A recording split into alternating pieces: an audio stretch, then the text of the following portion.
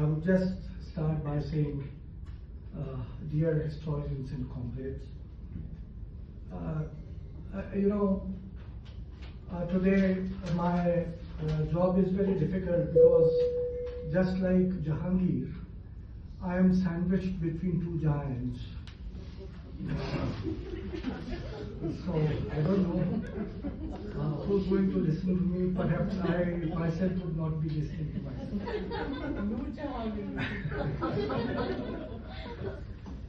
Before I start my topic, which as pointed out, I would be talking about medieval period in Indian history and the type of attempts which are being made there. Let me also point out one fact, and that is that when the changes started being made in 2020, it was almost around the same time that at Aligarh, some of us decided to found an association which is known as ASHA, Aligarh Society of History and Archaeology. And in 2020-21, we almost held 200 to 300 online lectures in order to counter what was happening otherwise in the country. And that effort I'm still carrying out. We have a number of young scholars at Aditya who have joined hands. Some of us who belong to Aligarh school, they are now in Delhi, for example, Farhat Hassan, and a number of others. We have been trying to, under the leadership of Professor Rezavi, to counter the propaganda which is taking place. In my paper today, as in the case of Professor Mahalakshmi, it is quite long, so I won't be presenting the entire of it. And Mr. President, feel free to stop me whenever I try to. I'm exceeding the time. No, please. I would be talking about why and what of the changes which are being brought out in the medieval Indian history syllabus. What happens when a historical syllabus does not merely simplify, but systematically distorts? Over the past several years, the medieval Indian history syllabus has undergone changes that go far beyond routine academic updating. I want to argue today that these changes constitute something more troubling, a pattern of erasure and insertion. In fact, in some of my writings, I have called it the invoking of mythia, not mythology. On the one hand, well-established facts, which are based on decades of rigorous scholarship, archaeological evidence, nuanced understandings of medieval society, economy and culture, have been quietly removed. On the other hand, claims with little to no scholarly basis have been inserted, often serving a narrative that paints this entire period in dark, monolithic terms. This is demonization, not just by emphasis, but by design. My talk will address both the what and the why of these changes. What has been removed and what has been added without basis, and why this pattern has emerged at this historical moment. For when a syllabus becomes a site of distortion rather than education, we must ask not only what students are learning, but what they are being prevented from knowing. In 2021, the government released an anonymous, unsigned LOCF, Learning Outcome-Based Curriculum Framework, for history at BA level. In this, the UGC lists 8 objectives, such as what they say, aligning with global academic standards, shifting from passive learning to active inquiry, promoting a broader and what they say total national perspective, and a feeling of ownership over their own history. Respective UGC chairmen such as D.P. Singh and Jagadish Kumar, many of us know him, also discussed the proposed deletions to what he says, reducing content overload, streamline papers and rebalance thematic and regional emphasis. Talk was also there for what was said, reducing examination pressure and correcting, once again within quotes, excessive factual accumulation and historical imbalance. Stop teaching Mughal history. In his critique published in Social Scientist in 2021, Irfan Habib sharply challenged these official justifications. His criticism operated at three interrelated levels: pedagogical, methodological, and ideological. I'm not going into the details of what he wrote. I mean, Social Scientist is there in the public domain. You may go and read what he's talking about. But in this paper, he rejects the claim of excessive factual burden, correcting of imbalance, and ownership over history. He says that history is not something to be owned. It is to be critically examined. If it becomes something one owns, it may justify reshaping it to suit present ideological preferences. It then leads from critical inquiry to effective nationalism. If you look at the new courses and textbooks introduced and which are being taught at the school and college levels, and you know that courses have also been tailored at the university level also, because I know that at least in my department at Aligarh, the courses which are now being taught are as per the NEP. Irfan Habib, whatever he wrote in that Social Scientist paper, if you see all these syllabi and the teaching which is querying on, what he had written is coming to fruition and proving correct.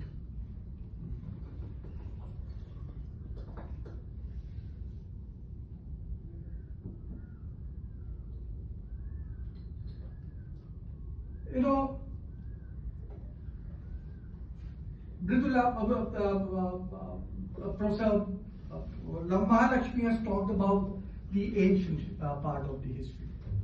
There was much more which I wanted to add. For example, she missed out on the missing river part of it, which they are trying to dig out, even Saraswati, even through tube wells. It's there in my paper. Yeah, it's there in the paper.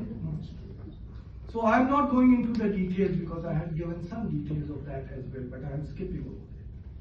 But same type of suppression and insertions are being resorted to while dealing with medieval Indian history, which to the present dispensers of knowledge, like what Jamesville and utilitarians have conjured, they think was a dark age. An age when foreigners who were Muslims devastated and subverted all that had been gained in the glorious past.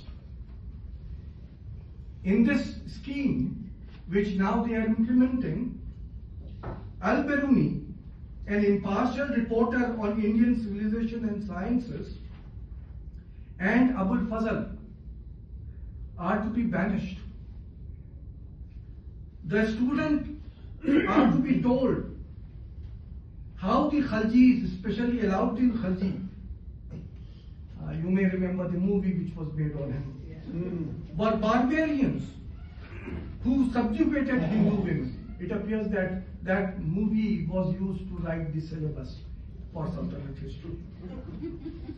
All references to his financial reforms and market control measures stand deleted. Only references to wars, rapine, and mayhem were retained. Muhammad Tughlaq's agricultural reforms have also been abolished. The entire Delhi Sultanate is covered in just one sub-unit. In fact, the entire, medieval Indian history in the class 8 textbook is summarized in 40 pages. The entire period starting from 1206 down to the 18th century is now given in 40 pages, but don't imagine they are 40 pages because sometimes there are full page illustrations contained within it. So actually the account is around 20-25 pages. These were of course retained. Initially it was being talked about that they would be totally removed, that they had not been removed. They have been removed only selectively. Wish they had been removed totally. There is no reference to Akbar, Jahangir or Shah Jahan in the UGC syllabus except when posited as those who tried to harm the Hindu cause. Thus, while Babur and Akbar are almost wished away, Rana Sangram Singh is there as a patriot fighting for Bharat. And Maharana Pratap is emphasized as the one who stood up to Akbar. Perhaps they could not do away with Akbar because then who would Rana Pratap be fighting with? Wars of Chittor and Ranthambore with an emphasis on massacres are present. But all references to who commanded the Mughal army against Chittor and Ranthambore have been removed. There is no reference to the Rajputs' share in the Mughal administration and polity, or to tolerance and cooperation among communities. All credit for trying to understand Hinduism is shifted from Akbar to Dara Shikoh. Dara is retained as he is to be used as a prop to highlight the villain Aurangzeb, who is of course retained in the course. After all, the greatness of Shivaji as a champion of Hindu cause can never be shown unless pitted against the Islamic Aurangzeb. Hindu Pad Padshahi, a phrase attributed to Peshwa Baji Rao during the reign of Muhammad Shah, is brought forward in time and is dealt under the reign of Aurangzeb. References to Kabir and Dadu and others like him too stand removed. At yet another place, this time dealing with social history, reference is made to Hindu society as separate from Muslim society. Unfortunately, the same agenda is being forwarded by the recent deletions in the NCERT textbooks. In the name of rationalizing the course for students from 6th to class 12th, many deletions have been made.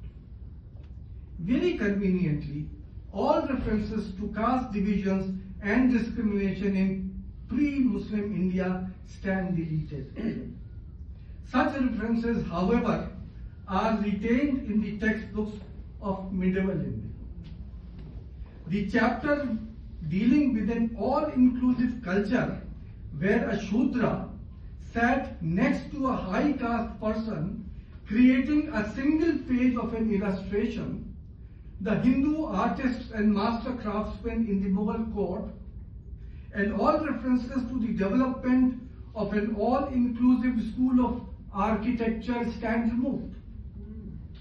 Now a student will never know of a past where a Hindu geometrician, Thakur Pheru, employed as the mint master of Delhi under Alauddin Khalji, would inform others in his Sanskrit work how to construct a dome or an arch, and all references to how and when that great book on Hindustani music, Rag Darpan, was written or translated into Persian, there is no reference to any of these things.